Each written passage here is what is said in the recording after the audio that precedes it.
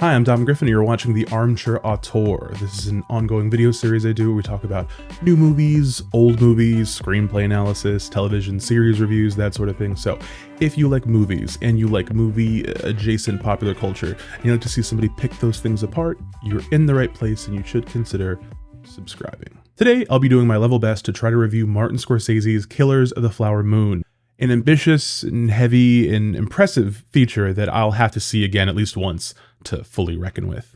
Killers of the Flower Moon is a great many things. It's a stirring, haunting historical epic. It's an infuriating true crime drama.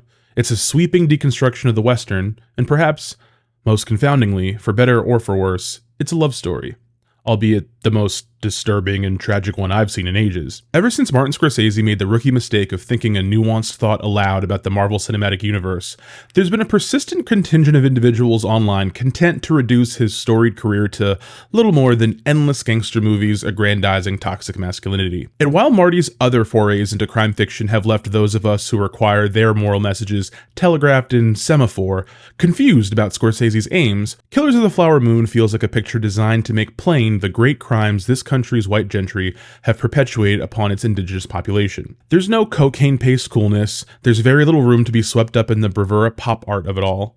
Here, the crimes are worse than anything carried out by Henry Hill or Jordan Belfort, and the victims aren't nameless, faceless suckers, but rather a people we spend a significant amount of time with on screen. But somehow, killers may still prove too subtle for some folks.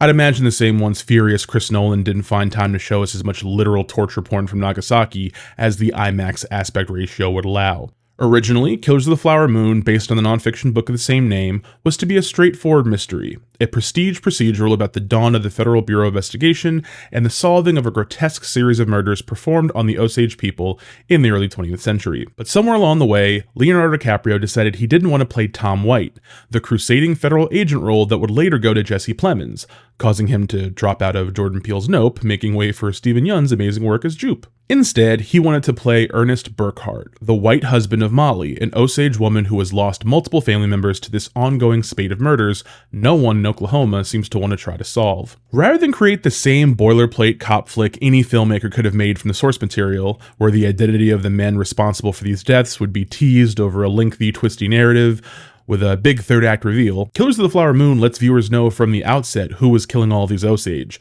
and why, before spending 2.5 of its 3.5 hour runtime waiting for someone, literally anyone, to step in and do something about it. Much has been made this week about remarks from native interpreter Christopher Coate, who served as a consultant on the film. At the premiere, he lamented the movie not being more directly from Molly's perspective, and being frustrated by the way the film gives Ernest a more complex portrayal, suggesting he really loved his wife, despite his complicity in the atrocities done to her loved ones. And he's not wrong. Lily Gladstone's Molly is easily the film's greatest asset, and every minute she's not on screen, viewers will undoubtedly find themselves asking, where is Molly? But while we should get a film more directly from the Osage perspective, Martin Scorsese is obviously not the man to tell that particular story. This is not a movie that is about the Osage's experience solely.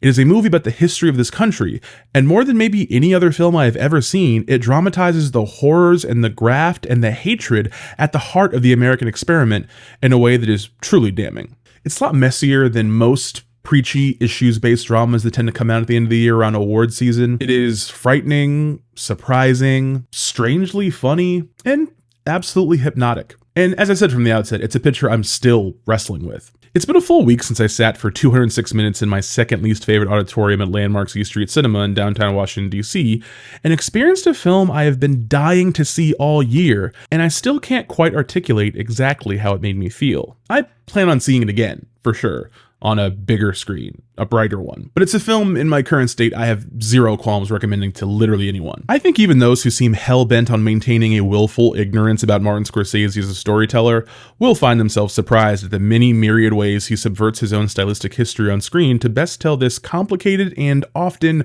rage-inducing tragedy. In some ways, I think it would make a fantastic double feature with Oppenheimer, if you, the viewer, wouldn't wind up celebrating a birthday or two before both films finally conclude. And it easily clears both Spike Lee's Jungle Fever Oppenheimer and Jordan Peele's Get Out as the film that best doubles as a searing indictment of interracial dating as a whole. Okay, that last part's kind of cheeky, but seriously, I can really imagine a lot of black and brown women walking into this movie with white boyfriends and walking out of it single, which all things considered is like a really crazy thing to say about a movie that features world-renowned race-mixing enthusiast Robert De Niro, but here we are. I don't have any real critiques of the movie to share, honestly. I think Robbie Robertson's score is like a bit much at times. The movie actually has a lot of weird, like, pseudo cameos from musicians, like Sergil Simpson's in it, Pete Yorn. There's another musician who shows up in the film who, the second he popped up on screen, I like literally almost burst out laughing. So it is also extremely long, and everyone who watches this channel knows that I hate long movies. But kind of like I said with Oppenheimer, like, the length didn't bother me here. It's a very long movie, but it's paced well, and honestly, I feel like at any shorter a length, it might be a worse movie. Like, I don't know that there's anything you could take out that would improve the film. Go see Killers of the Flower Moon if you can. See it big. See it with an open mind. Don't let grown adults who have made superhero movies substitutes for personalities keep you from watching one of the last movies made by one of the greatest filmmakers alive. Life is too short. Those are my current thoughts about Killers of the Flower Moon. I imagine I'll have more to say about it later. I'm definitely going to talk about it a little bit on the pod this week. But for now, like, I really liked it. I think it's a really strong movie. I gotta see it again. If you like this video, please give it a thumbs up. If you loved it, you can subscribe and you can hit the little bell icon to get notifications for whenever I've had new videos. You'll be the first to know. If you have any thoughts or questions about the movie, you can put them in the comments below. I love answering them and talking to people. And if you have any questions, like bigger ones, I can perfectly address them on Your Fave Film Critic, the weekly podcast I do every Friday at noon. So you can point that out there, and I'll, save them for the pod if those are the questions you have. But either way, thank you guys for watching. We'll be seeing each other again very soon. Bye.